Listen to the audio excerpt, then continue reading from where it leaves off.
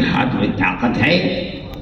آپ یہ سمجھتے ہیں کہ جس مسجد کو چاہیں آپ لے لیں, جس طرح چاہے لے لیں.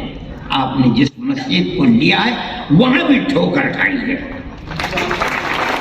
ہم جانتے ہیں جمعیت علماء نے اس کے کیس کو لڑا ہے.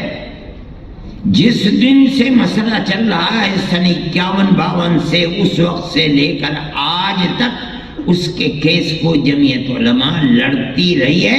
ہم نے کتنے کروڑ روپیہ اس کے اوپر لوور کورٹ, ہائی کورٹ اور سپریم کورٹ کے اندر خرچ کر دیا. ہمارا کوئی پیسہ نہیں تھا, قوم نے دیا, ہم نے اس کو خرچ کیا اور ہم برابر لڑتے رہے. مسئلہ کیا تھا لڑائی کا؟ مسئلہ آپ سمجھیے, ہم لڑنے والے ہیں, ہم جانتے ہیں.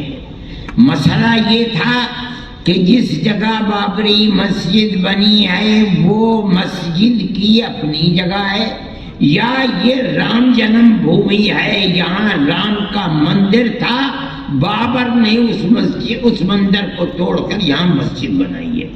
مسئلہ یہ تھا. اسی مسئلے کے اوپر لڑائی ہم لڑ رہے تھے.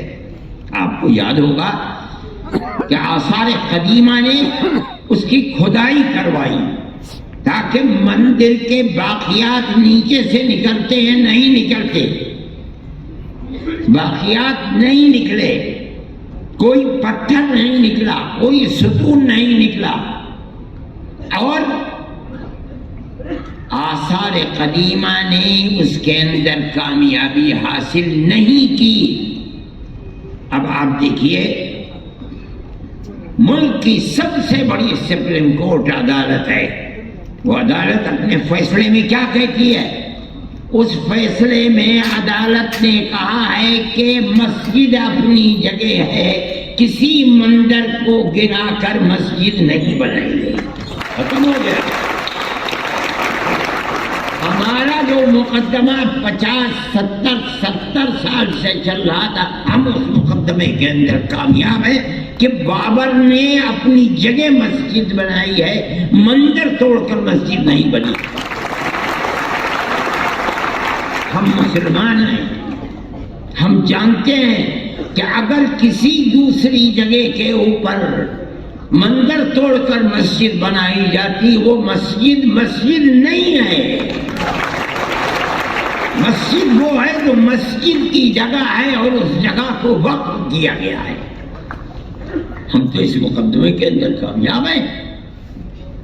جب یہ کہہ دیا گیا کہ مسجد اپنی جگہ بنی ہے, مندر کو توڑ کر مسجد نہیں بنی. دوسرا فیصلہ کیا ہے کہ جنہوں نے اندر گھس کر مورتیاں رکھی ہیں وہ مجرم ہیں, انہوں نے غلط کیا, مسئلہ ختم ہو گیا. جب سننے والے سن رہے تھے فیصلے کو, تیسرا فیصلہ اپنی جگہ کے اوپر تھا کہ یہ مسجد کی جگہ ہے. لیکن یہ الگ بات ہے کہ فیصلہ یہ دے دیا گیا کہ لیکن ہم یہ جگہ ہندوؤں کو دیتے ہیں. ٹھیک ہے, آپ نے دے دی, ہم اپنے مقدمے کے اندر کامیاب ہیں. ہم آج نہیں بولتے, نہ ہمیں بولنا چاہیے, اس لیے کہ جو سب سے بڑی ملک کی عدالت ہے اس نے یہ ہندو بھائیوں کو دے دی. ہم نہیں بولتے. ہم 1000 دفعے کہہ چکے تھے کہ یہ آخری ہماری لڑائی ہے. سپریم کورٹ ہمارا سپریم کورٹ ہے, ہم اس ملک کے رہنے والے ہیں. سپریم کورٹ جو فیصلہ کر دے گا ہمیں وہ منظور ہے. سپریم کورٹ نے فیصلہ کر دیا, ہم اپنے گھر بیٹھ گئے. ہم خاموش ہیں, ہم نہیں کہتے کچھ, لیکن دنیا ختم تو نہیں ہے, ہم ختم ہو جائیں گے. آگے آنے والا مورخ یہ لکھے گا کہ بابری مسجد کی جگہ مندر کس طریقے پر بنا ہے. ہم نہیں بولتے, لیکن کیا آنے والی دنیا خاموش ہو جائے گی؟ میری بھائی, یہ تو دنیا کے حالات ہیں. کل کوئی اور تھا, آج کوئی اور ہے. اگر ہم یہ سمجھتے ہیں کہ ارشد ہمیشہ زندہ رہے گا تو پاگل ہے, مرے گا. میری جگہ کوئی دوسرا دنیا ہے, یہاں اسی طرح آنا جانا لگا ہوا ہے. ایسی ذات جو ہمیشہ سے ہے, ہمیشہ رہے گی. میں کہتا ہوں وہ اوم ہے, یعنی اللہ. میری بھائی, سیکولرزم کی حفاظت 2 بجے جلسہ ختم ہو جانا چاہیے، میں اس سے پہلے ہی ختم کر دوں گا۔ میرے بھائی، جمعیت علماء کا اپنا ایک کردار ہے۔ ہم اس سیکولر دستور کے محافظ ہیں۔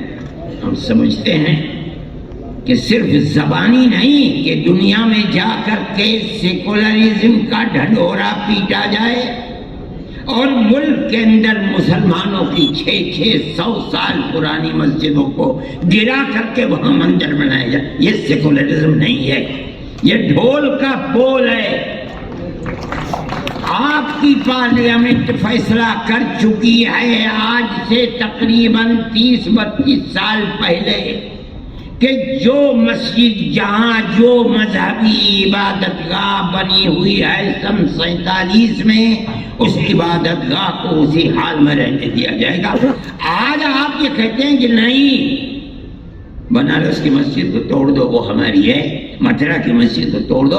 آپ کے کردار کا اور پارلیمنٹ کا کیا اعتبار ہے یہ بتائیے؟ کیا چیز ہے پارلیمنٹ کے اندر؟ پارلیمنٹ اس قانون کو بناتی ہے، آپ اس قانون کو ٹھوکر مار دیتے ہیں۔ آپ جو قانون آج بنا رہے ہیں کل کو دوسروں سے ٹھوکر مار دے گا۔ یہ تو آپ نے ایک ریت اور رواج کر دیا، ہمیں کوئی غرض نہیں ہے اور حکومت خاموش بیٹھی ہوئی ہے۔ میرے بھائی، جمعیت علماء حکومت کا لحاظ کرتی ہے۔ جن کو حکومت ہے، ہمارے ملک کے عوام نے ان کو بیٹھایا ہے، ہمارے ملک کی اکثریت نے دستور کے مطابق ان کو ووٹ دیا ہے، ہم نے ووٹ دے کر کے انہیں بیٹھایا ہے۔ ہم یہ سمجھتے ہیں کہ ان کو ملک کے دستور کے اندر اس طریقے کی تشریح جس سے ملک کے ایک بہت بڑے طبقہ 20-25 کروڑ لوگوں کے حقوق کو آپ ٹھوکر مار رہے ہیں، ملک اس طرح امن و امان کے ساتھ نہیں چل پائے گا۔ اور اس کے نتیجے کے اندر ملک کی جو صورتحال ہے، آپ اپنی زبان سے کہتے رہیں کہ ملک ترقی کر رہا ہے اور ساری دنیا کے اندر ترقی کا ڈھڈورا پٹ رہا ہے، مگر ملک کے عوام کی جو صورتحال ہے اور فقر اور بے کسی کی جس طریقے پر پورے ہندوستان کے اندر کیفیت ہے، آپ اس کو دیکھ لیجئے۔ میں اپنی زبان سے کچھ نہیں کہتا ہوں، میں ایک مذہبی آدمی ہوں، میرا اپنا ایمان اور یقین ہے کہ اللہ جو چاہتا ہے وہ کرتا ہے، یعنی ایشور جو چاہتا ہے وہ کرتا ہے، یعنی اوم جو چاہتا ہے وہ کرتا ہے۔ آج آپ کر رہے ہیں، ٹھیک ہے، کر دیجئے، کل کو حالات بدلیں گے دنیا کے اندر، میں زندہ ہوں، میں بھی مر جاؤں گا اور دنیا کا ہر آدمی مر جائے گا، دوسرا آئے گا اپنی خاص ذہن کے ساتھ آئے گا۔ حالات کیا ہوتے ہیں ان کو آج نہ میں جانتا ہوں نہ کوئی جانتا ہے، اللہ جانتا ہے اور ان کے سوا کوئی نہیں جانتا۔ میرے بھائی، ہم یہ سمجھتے ہیں کہ امن و امان کو پکڑنا چاہیے۔ میں مسلمانوں سے یہ کہتا ہوں کہ آج کی حکومتیں جو کچھ کر رہی ہیں اس سے فرقہ پرستی اور آپس میں نفرت اس طریقے پر ابھر رہی ہے کہ نہیں کہا جا سکتا کہ کل کو کیا ہوگا۔ میں جمعیت علماء کے ہر ورکر سے یہ بات کہتا ہوں کہ آپس میں پیار و محبت کو پیدا کرو۔ اس کا یہ مطلب نہیں ہے کہ مسلمان سے پیار نہیں، اس ملک کے ہر رہنے والے سے محبت کرو، اپنے دکھ میں سکھ میں انہیں شریک کرو، ان کے دکھ اور سکھ کے اندر تم شریک ہو۔ ان کے یہاں شادی بیاہ ہے، وہ تم کو نہیں بلاتے، جاؤ اور مبارکبادی دے کر چلے آؤ۔ کھانا کھلاتے ہیں کھاؤ، نہیں کھلاتے نہ کھاؤ۔ جب تمہارے یہاں سکھ ہو، شادی بیاہ ہو، تم اپنے رشتہ داروں کو جس طرح بلاتے ہو، اپنے دائیں بائیں رہنے والوں کو، رہنے والے غیر مسلموں کو بلاؤ۔ یہ تمہاری پرانی زندگی ہے، آج کی نہیں، یہ ہزاروں سال پرانی زندگی ہے، اور اسی طرح اس ملک کے اندر ہم رہتے چلے آئے ہیں۔ دنیا کے کسی ملک کے اندر مسلمان اور غیر مسلم کو اس طرح جیسے اس ملک میں رہتے ہیں نہیں رہنے دیتے. دیکھو گاؤں گاؤں کے اندر رہتے ہیں. اگر ان سے پوچھو کہ مسلمان کب سے آباد ہے، نہ مسلمان جانتا ہے کہ اس کی تاریخ کیا ہے، نہ ہندو جانتا ہے کہ اس کی تاریخ کیا ہے.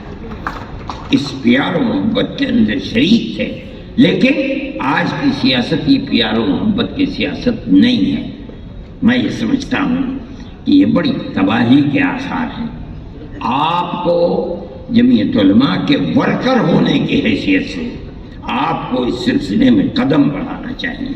میں مدرسے والوں سے کہتا ہوں صحیح ہے آپ کا مدرسہ مذہبی مدرسہ ہے، لیکن یاد رکھیے رسول اللہ صلی اللہ علیہ وسلم جن کی زندگی کو لوگ جانتے نہیں اور خاص طریقے کے اوپر برادران وطن نہیں جانتے، غیر مسلموں کے ساتھ اٹھنا بیٹھنا رہنا سہنا آپ کی زندگی تھی.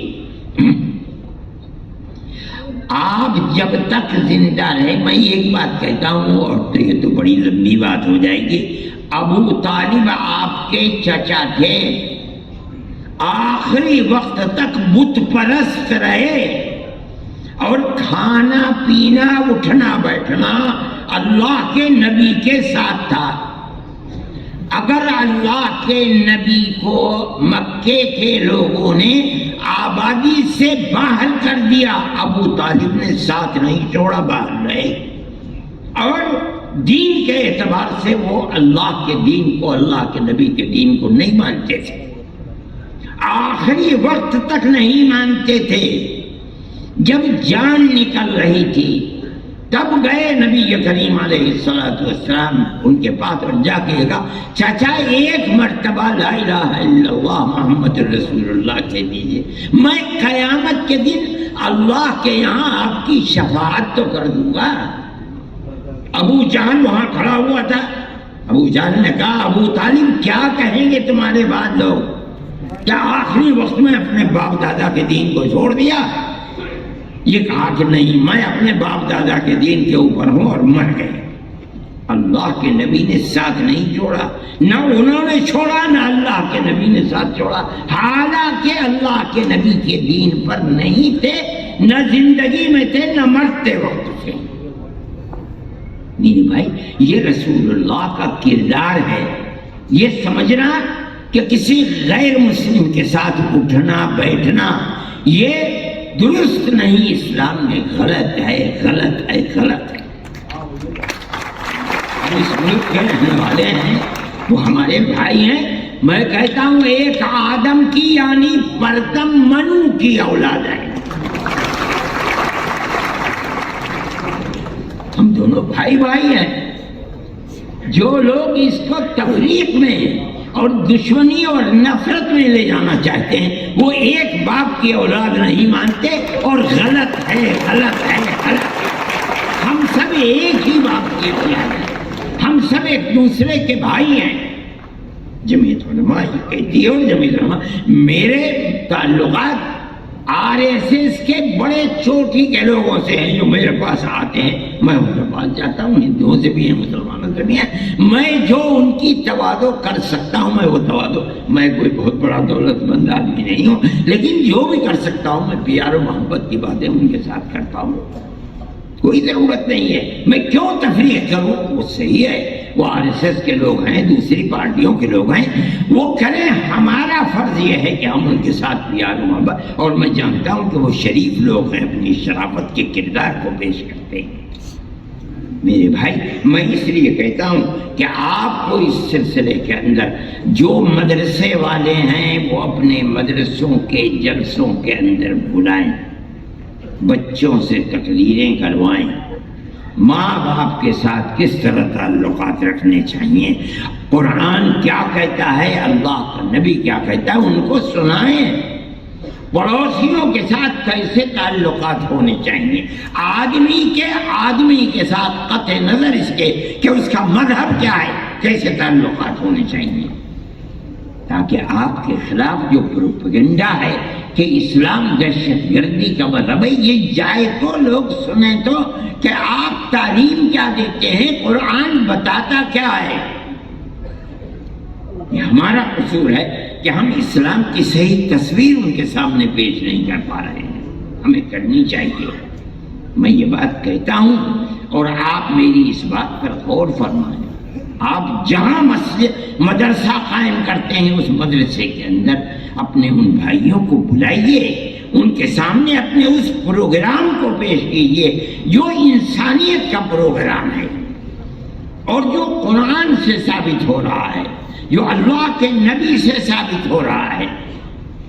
تب آپ سمجھا جائے گا کہ اسلام کی صحیح تصویر کو دنیا کے سامنے پیش کر رہے ہیں۔ اور اگر یہ نہیں کرتے تو میرے بھائی آپ کے لیے مشکلات ہیں، اور قصوروار آپ ہی ہیں، دوسرے قصوروار نہیں ہیں، اس لیے کہ ہم اسلام کی تصویر کو اپنی زندگی سے پیش نہیں کر پاتے۔